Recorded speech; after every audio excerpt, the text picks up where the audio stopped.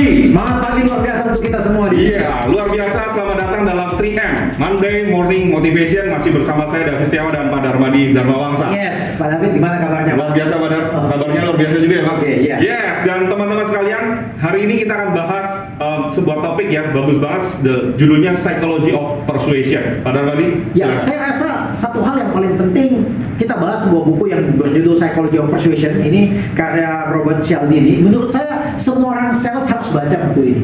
Ya, buku ini tidak mudah dibaca, namun syarat dengan banyak hal-hal penting dalam hidup ini. Pak David, Yes. buku ini isinya hanya mengatakan bagaimana caranya orang kemungkinan besar mengatakan yes kepada apapun yang Anda minta. Pak David, kalau semua orang yang Bapak ketemui Pak, ya mengatakan yes dengan apa yang Bapak minta, kira-kira Bapak bisa menjadi orang sukses atau enggak Pak? Sukses Pak. Ambil contoh nih Pak, Yes. Bapak jadi real estate agent nih Pak ya. Ya. Bapak real estate agent kan Bapak ketemu orang mau presentasi untuk dapat listing. Listing, betul. Bapak presentasi, dia bilang yes. Wow. Bapak dapat listing. Yes. Setelah Bapak dapat listing, Bapak pergi ketemu nyari pembeli kan. Dapat pembeli, Bapak presentasi. Awalnya harganya tidak cocok, tapi Bapak presentasi dengan meyakinkan, akhirnya dia bilang yes. Akibat dia bilang yes, terjadi transaksi, Iya. terjadi juga komisi. Iya. Jadi kalau kita mempelajari ilmu bagaimana mendapatkan yes, kemungkinan besar lebih banyak daripada orang lain, ya kita akan menjadi orang yang luar biasa. Jadi ada ilmunya ya Pak? Ada ilmunya yang Pak. kita akan bahas. Iya, hari ini yang akan kita Ya. bahas satu persatu, Yuk, Pak. Mari Pak Darmadi kita masuk. Iya. Nah, yang pertama adalah diskusi mengenai bahwa influence, pengaruh, gitu ya, oke. itu adalah sebuah senjata, Pak. Wow, menarik. Jadi cerita awalnya selalu dibilang begini nih ya. Ada seorang profesor melakukan sebuah research.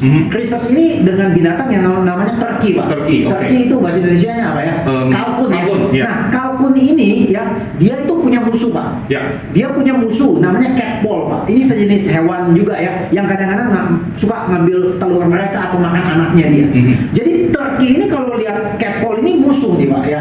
Nah, jadi kita udah tahu. Jadi turkey kalau lihat catball itu musuh. Musuhnya, Ya. oke. Nah, setiap kali turkey ini punya anak ya, dia melahirkan gitu ya, bertelur gitu ya. Nah, anak-anaknya itu untuk bisa mendapatkan perhatian induknya, mereka harus mengeluarkan suara cip-cip. Cip-cip, Jadi ini mungkin sudah ada di DNA dari anak-anak turkey.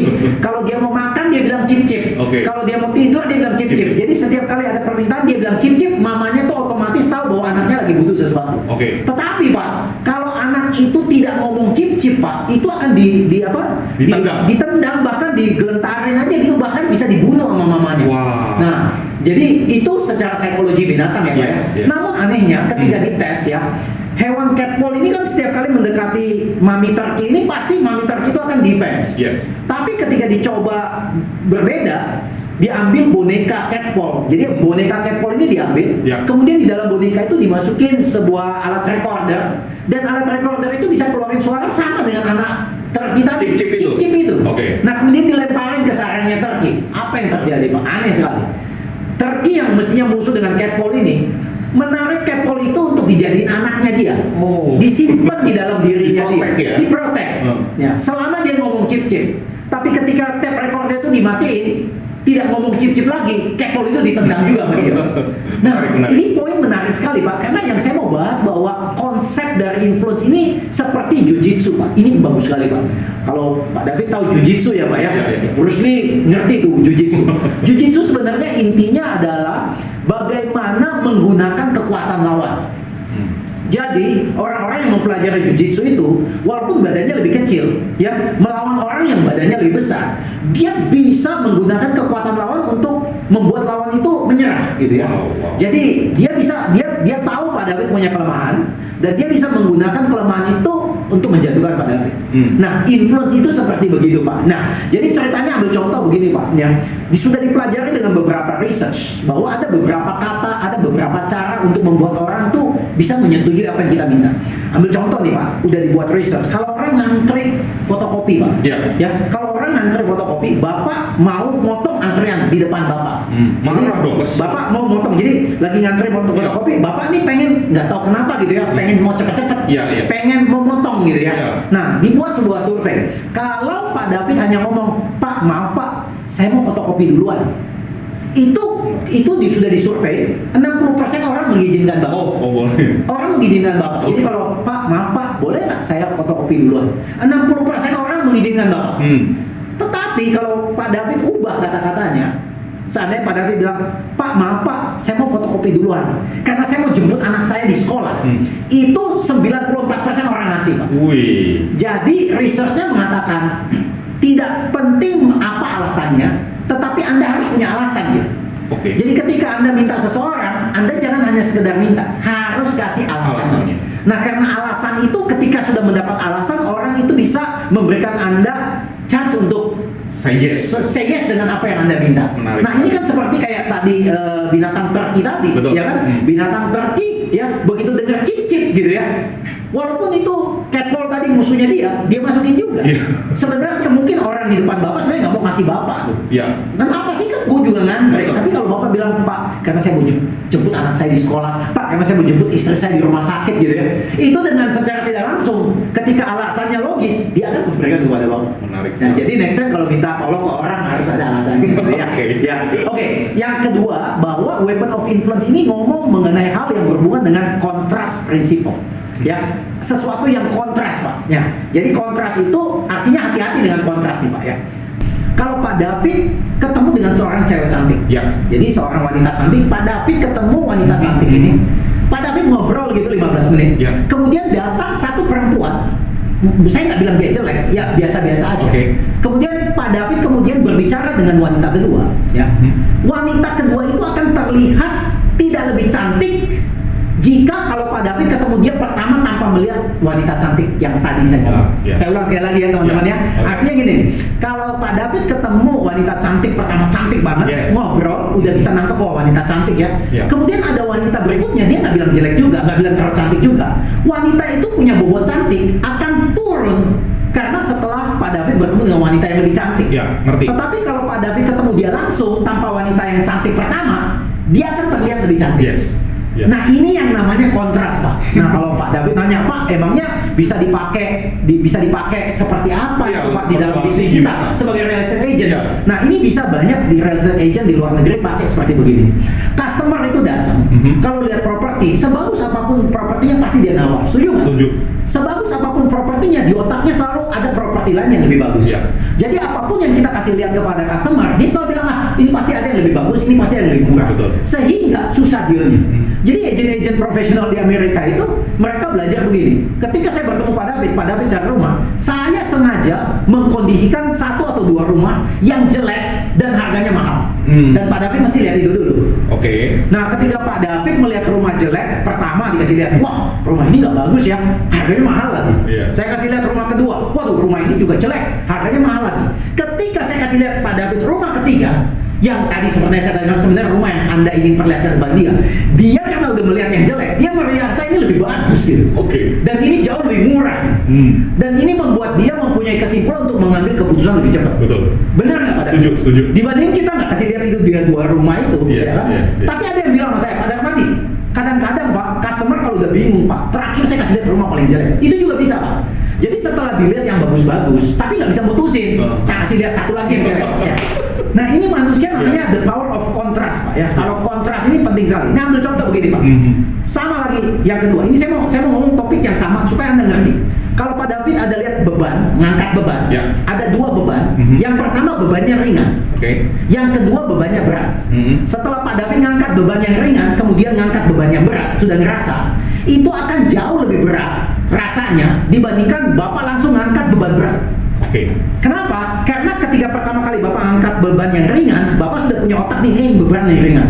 Ketika Bapak ngangkat beban yang berat, ringan ini menyatakan bahwa itu berat. Betul. Sehingga rasa berat itu timbul karena saya sudah pernah ngangkat yang ringan. Ya.